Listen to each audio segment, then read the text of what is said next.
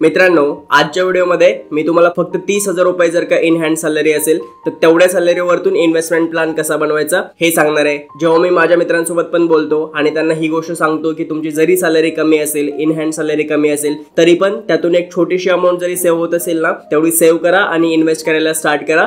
तेव्हा त्यांचा but obvious reply हाच असतो की एवढ्या छोट्या सॅलरी मधून एक छोटी अमाउंट सेव्ह जरी आपण केली तरीही त्या अमाउंटचं पुढे काय होणार आहे आणि किती पैसे आपण ह्याच्यातून वाचवू शकणार आहे। त्यामुळे या कन्फ्युजन मध्ये ते इन्व्हेस्टमेंट करायला स्टार्टच करत नाहीत आणि म्हणूनच आजचा व्हिडिओ बनवतोय मी की फक्त 30,000 रुपये जर का तुमची इन हँड सॅलरी असेल ना तर त्या सॅलरीवरून आपण आपला फायनान्शियल प्लॅन कसा बनवला पाहिजे ते बघा। आयुष्यामध्ये मी स्वतः माझ्या अनुभवातून एक गोष्ट शिकलोय आणि तुम्ही पण ती गोष्ट जेवढ्या लवकर शिकाल ना तेवढ्या जास्त तुम्ही फायद्यात राहाल। ती गोष्ट म्हणजे वेळ आणि पैसा या दोनही गोष्टी नियोजनाचा भाग आहेत। आज प्रत्येकाकडे 24 तास आहेत, पण ते 24 तास तुम्ही कसे वापरता ना यावरून तुमच्या पुढच्या येणाऱ्या लाईफची क्वालिटी डिसाइड होणार आहे आणि पैशांचा पण तोच भाग आहे। डझंट मॅटर तुम्ही आज 25,000 रुपये कमवताय किंवा 1 लाख रुपये दर महिन्याचे कमवताय, तुम्ही त्या कमवलेल्या पैशांचे नियोजन कसं करताय, कशा पद्धतीने ते पैसे वापरताय ना याच्यावरून तुमची फायनान्शियल लाईफ डिसाइड होणार आहे पुढची। म्हणजे तुम्ही आज 1 लाख रुपये कमवताय आणि सगळेचे सगळे लगेच खर्च करून टाकताय तर मग तुम्ही स्ट्रगलच करणार आहात पुढे जाऊन। पण जरी तुम्ही 25,000 रुपये फक्त कमवताय आणि त्या 25,000 रुपयातून पण एक छोटीशी अमाउंट दर महिन्याला डिसिप्लिन वे मध्ये पूर्ण शिस्तबद्ध पद्धतीने जर का सेव्ह करताय ना तर लॉंग टर्म मध्ये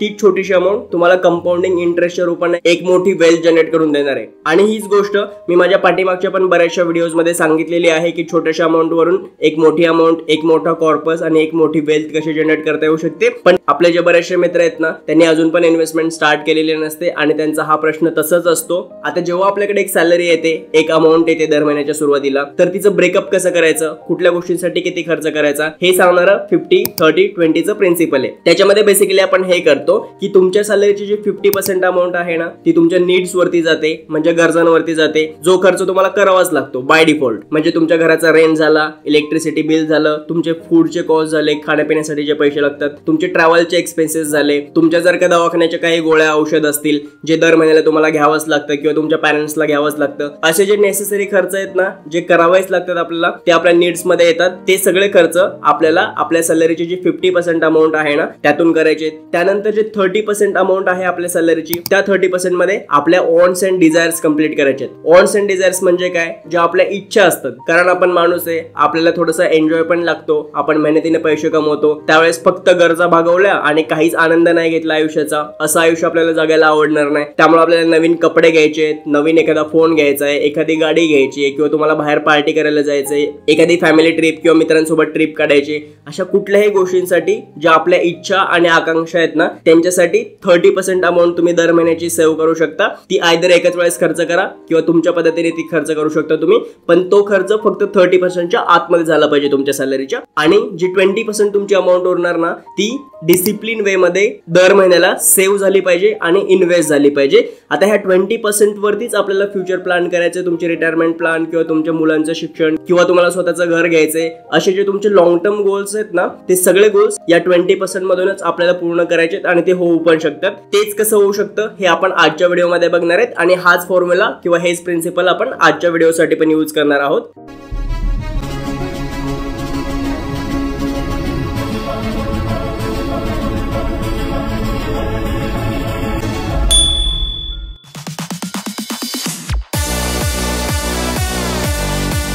तर चला आपण एक्सेल शीट वरती बघूयात की तुमच्या 30,000 रुपयांच्या सॅलरीचं नियोजन कसं करायचंय आणि त्यातून आपण पुढे जाऊन काय तयार करू शकतो, किती पैसे कमवू शकतो। Okay, so let's go.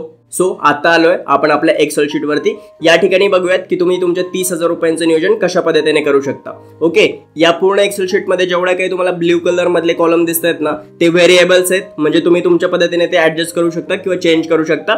बाकी कॅल्क्युलेशन पर्पज साठी तुम्हाला या सगळ्या गोष्टी मी ज्या फर्स्ट पेज वरती आहेत ना त्या समजावून सांगतो। लेट्स से आपली सॅलरी इन हँड 30,000 आहे, जसं की आपण डिस्कस केलं। त्यातली 50% अमाउंट म्हणजे 15,000 रुपये आपण आपल्या नीड्स वरती खर्च करणार, मग अशी मी तुम्हाला ज्या नीड्स सगळ्या सांगितल्या त्या नीड्स वरती, आणि 30% अमाउंट म्हणजे 9,000 रुपये साधारण आपल्या डिझायर्स आणि वॉन्ट्स वरती आपण खर्च करणार, आणि 6,000 रुपये दर महिन्याला आपल्याला डिसिप्लिन आणि शिस्तबद्ध पद्धतीने इन्व्हेस्ट करायचे। हे झालं ब्रेकअप सॅलरीचं की तुम्हाला कुठल्या गोष्टीवरती किती खर्च करायचे, थोडक्यात आपण त्याला बजेटिंग म्हणू शकतो। ओके, आता आपण फ्युचर प्लॅन बघूयात, फायनान्शियल प्लॅन बघूयात की या 6,000 रुपयांवरती आपण किती पैसे कमवू शकतो किंवा ओव्हरऑल सॅलरीच तुम्ही कशा पद्धतीने युटिलायझेशन करणार आहात, खर्च करणार आहात. सो आपण असं कन्सिडर करूयात की तुमची जी पुढची 10 वर्ष आहेत ना, ती 10 वर्ष तुमची दरवर्षी 10% इन्क्रीमेंट होणार आहे फक्त. ओके, ऑब्व्हियसली जास्त होईल ती, तुम्ही जॉब स्विच केलात किंवा कंपनी चेंज केलेत, माफ करा. सो आपण पुढच्या 10 वर्षांची 10% इन्क्रीमेंट कन्सिडर केली. तुम्ही जर जॉब चेंज केलात, कंपनी चेंज केली, तर त्या कंडिशनमध्ये ऑब्व्हियसली तुमची इन्क्रीमेंट जास्तच होणार आहे.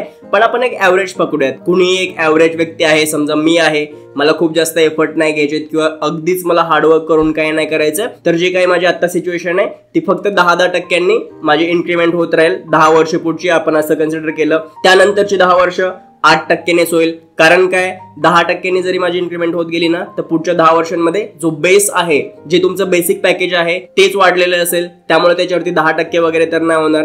समजा पुढच्या 10 वर्षांसाठी 8%ची इन्क्रीमेंट तुम्हाला दरवर्षी भेटली, त्यानंतरच्या 10 वर्षांसाठी 6% भेटेल, कारण अगेन बेस मोठा असेल, आणि त्याच्या पुढच्या 10 वर्षांसाठी तर 4% भेटेल. 50 वर्ष ऑब्व्हियसली आपल्या कोणाचंच करिअर नसतं तसं तर, पण आपण 50 वर्षांचे कॅल्क्युलेशन्स करूयात आता. सो तुमच्या 4th डिकेडमध्ये म्हणजे 4थ्या दशकामध्ये 4% आणि त्याच्यानंतरच्या पण दशकामध्ये 4% तुमची इयरली इन्क्रीमेंट होईल, आपण असं कन्सिडर केलं. आणि तुमच्या इन्व्हेस्टमेंट सोबत काय होईल आता, जे तुम्ही दर महिन्याला इन्व्हेस्ट करताय ना 20%, त्याचं काय करायचं फक्त माहितीये का, तर तुम्हाला एका वेळेच्या नंतर तुमची जी काही इन्क्रीमेंट झालेली अमाऊंट आहे ना, तुमचा जो काही वाढलेला पगार आहे तो आकडा आहे ना, तो 50-30-20च्याच फॉर्म्युलानुसार नाही यूज करायचा. तुम्हाला वाढलेला जो आकडा आहे ना, तो फक्त समान भागांमध्ये विभागायचा आहे. म्हणजे काय, लेट्स से तुमचा आजचा जो इन हँड पेमेंट आहे ना, तो 30,000 म्हणजे 30,000 रुपये दर महिन्याचा आहे. याचा अर्थ 3,60,000 रुपये 12 महिन्यांचा झाला.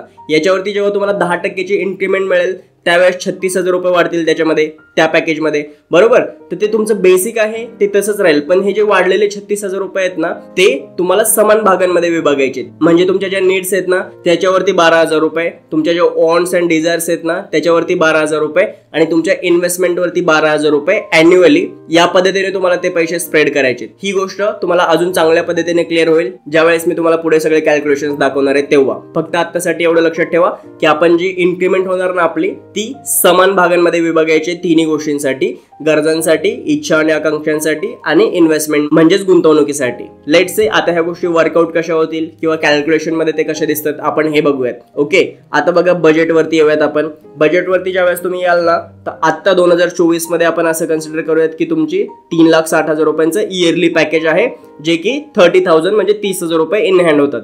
त्याच्यामधले 15,000 रुपये तुम्ही तुमच्या गरजांवरती खर्च करताय.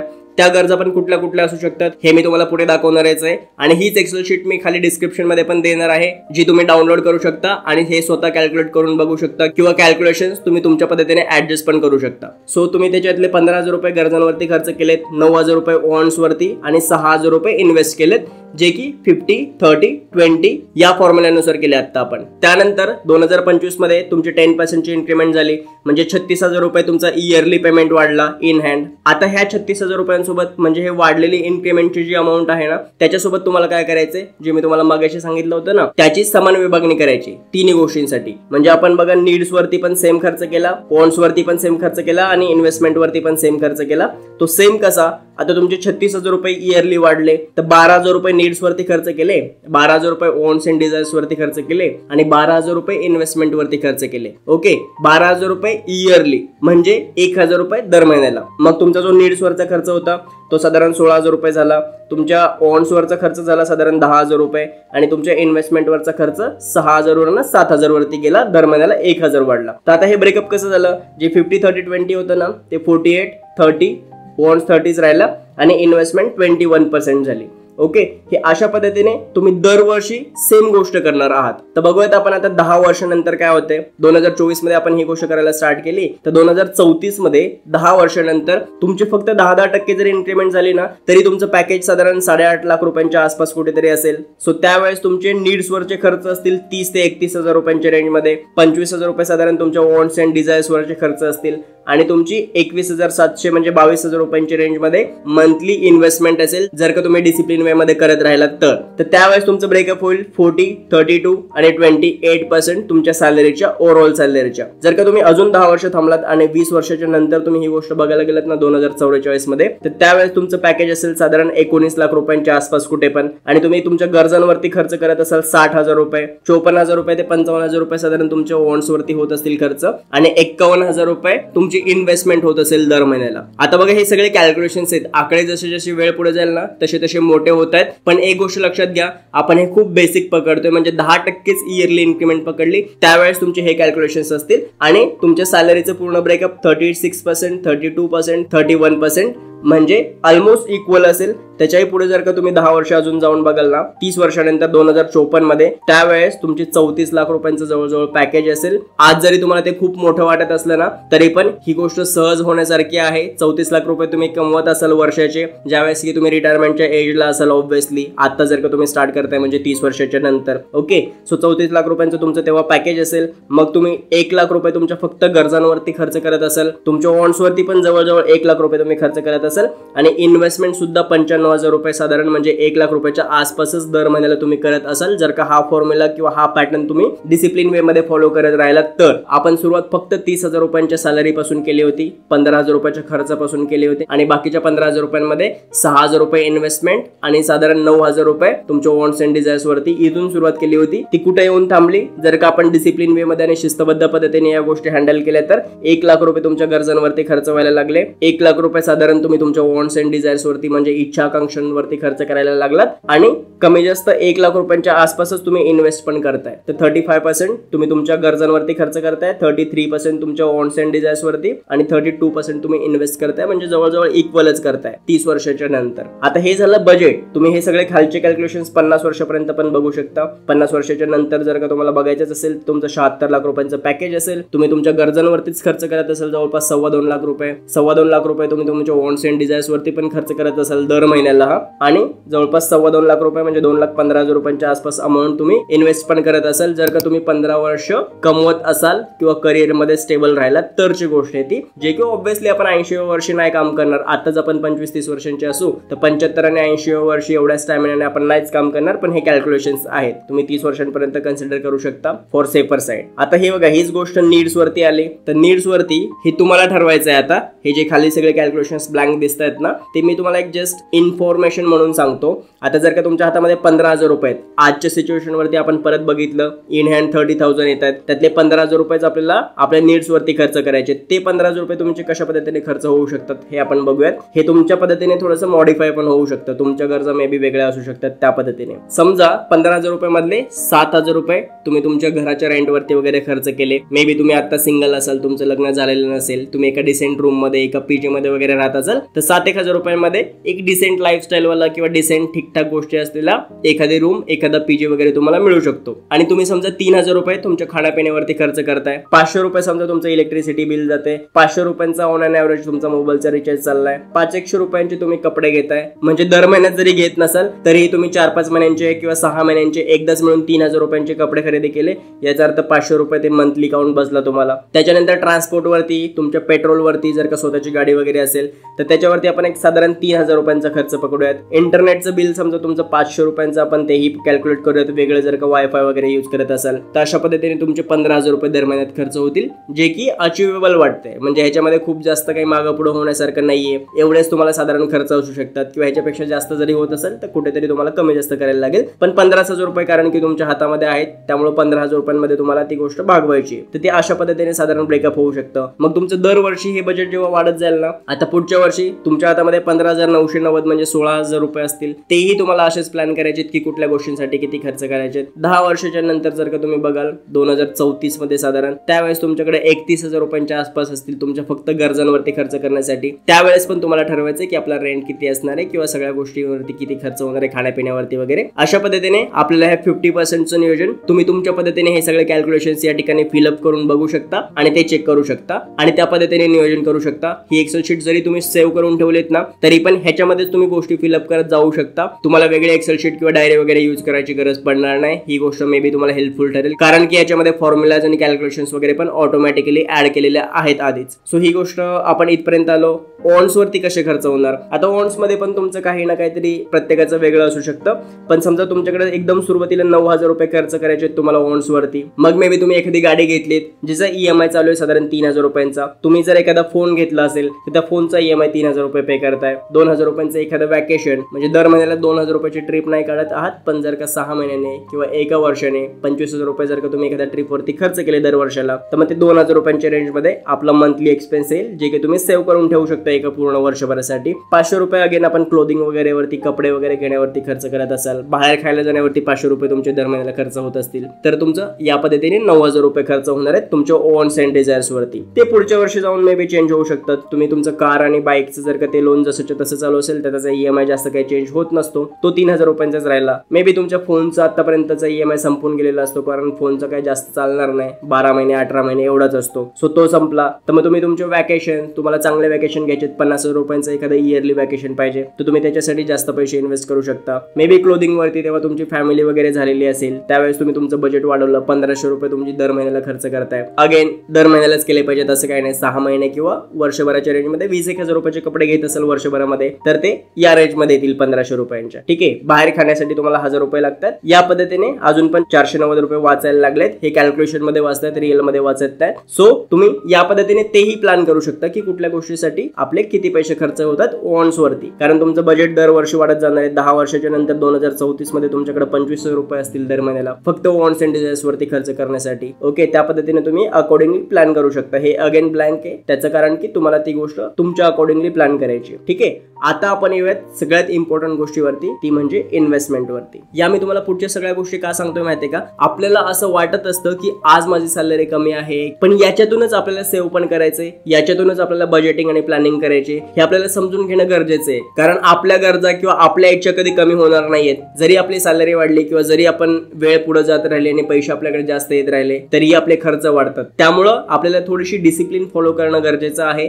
शिस्तबद्ध पद्धतीने आपल्या हातात आलेले पैसे खर्च करणं गरजेचं आहे. आता हे इन्व्हेस्टमेंटचा कॉलम नीट बघा, कारण ही सगळ्यात महत्वाची गोष्ट आहे. सो आपण असं कन्सिडर करूयात की तुम्हाला आज तर फक्त 6,000 रुपयेच आहेत इन्व्हेस्ट करायला दर महिन्याला. तर 6,000 रुपयांमध्ये, कारण की तुम्ही अजून यंग आहात, तर मे बी तुम्ही थोडीशी एक्स्ट्रा रिस्क घेऊ शकता तुमच्या पैशांसोबत. तर आपण असं कन्सिडर करूयात, तुमचे जे पैसे आहेत ना 6,000 रुपये, त्याच्यामध्ये तुम्ही 3 म्युच्युअल फंड घेताय. एक लार्ज कॅप घेताय, एक मिड कॅप घेताय आणि एक स्मॉल कॅप घेताय. आता त्याच्यामध्ये तुम्हाला ह्या 6,000 रुपयांचं ब्रेकअप कसं करायचंय? तर लार्ज कॅप मध्ये तुम्ही 60% टाकणार आणि मिड कॅप मध्ये तुम्ही 25% टाकणार आणि 15% तुम्ही स्मॉल कॅप मध्ये टाकणार. ऑब्व्हियसली 60% आपण लार्ज कॅप मध्ये टाकतोय, कारण तिथे आपल्याला सिक्युरिटी जास्त भेटते, तिथे रिस्क कमी असते. भलेही रिटर्न्स पण त्याचे थोडेसे मिनिमम असले तरी पण आपले पैसे सिक्युअर राहणं ही जास्त इम्पॉर्टंट गोष्ट आहे. 25% सोबत आपण थोडीशी अजून एक्स्ट्रा रिस्क घेतली 1,500 रुपयांसोबत, आणि त्यानंतर 15% म्हणजे 900 रुपयांसोबत आपण अजून थोडीशी एक्स्ट्रा रिस्क घेतली. आता जर का तुम्ही स्वतः हुशार असाल, तुम्ही स्वतःचं डोकं चालवताय आणि त्यातून पण तुम्हाला जास्त बेटर रिटर्न्स किंवा जास्त बेटर सिक्युरिटी मिळणारे ऑप्शन्स माहिती असतील की कुठे इन्व्हेस्टमेंट केलं पाहिजे वगैरे,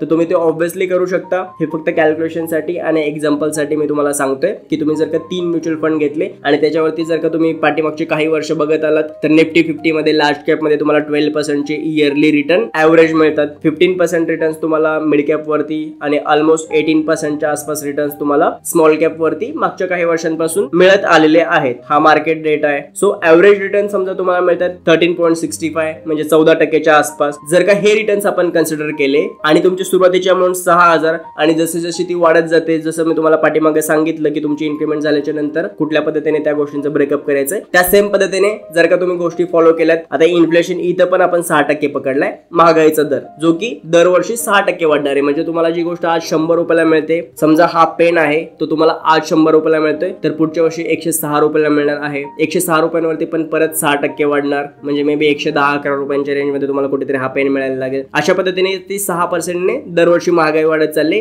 ते पण आपण इथं अकाउंट मध्ये घेतलेलं आहे किंवा कन्सिडर केलेले. तर 10 वर्षानंतर काय होईल तुमच्या पैशांसोबत? 10 वर्षानंतर तुमच्याकडे साधारण 28,78,000 रुपये म्हणजे जवळजवळ 29 लाख रुपये सेव्ह झालेले असतील. ते सगळे रिटर्न्स वगैरे कॅल्क्युलेट करून ती अमाऊंट तुमच्याकडे जी असेल ती 29 लाख रुपयांची असेल, जर का आपण 14% ऑन एन ऍव्हरेज रिटर्न्स पकडले तरी सुद्धा. ओके, आता त्यावेळेस जरी 29 लाख रुपये असले तुमच्याकडे 10 वर्षानंतर 2034 मध्ये, तरी पण त्याची इन्फ्लेशन ऍडजस्टेड व्हॅल्यू ती असेल फक्त 16,07,000 रुपये समथिंग. मग त्याचं तुम्ही काहीही करू शकता. समजा तुम्हाला 50 लाख रुपयाचं घर घ्यायचंय तर हे 16 लाख रुपये खर्च करून तुम्ही त्याचं डाऊन पेमेंट करू शकता. किंवा जर का तुम्ही अजून वेट करायचं ठरवलं तर 15 वर्षानंतर त्याच ठिकाणी तुमच्याकडे असतील सेम पैशातून, बरं, जर का सेम गोष्टी तुम्ही फॉलो केल्यात तर तुमच्याकडे साधारण 79 लाख रुपये असतील. म्हणजे 80 लाख रुपयांच्या आसपास अमाऊंट असेल, ज्याची व्हॅल्यू असेल 33 लाख रुपये आजचे इन्फ्लेशन ऍडजस्ट केल्याच्या नंतर. तीच गोष्ट जर का तुम्ही अजून 5 वर्ष थांबलात तर 20 वर्षानंतर तुमच्याकडे असतील 2 करोड रुपये, साधारण 1,90,00,000 रुपये. त्याची पण व्हॅल्यू असेल आजच्या 60 लाख रुपयांच्या रेंजमध्ये.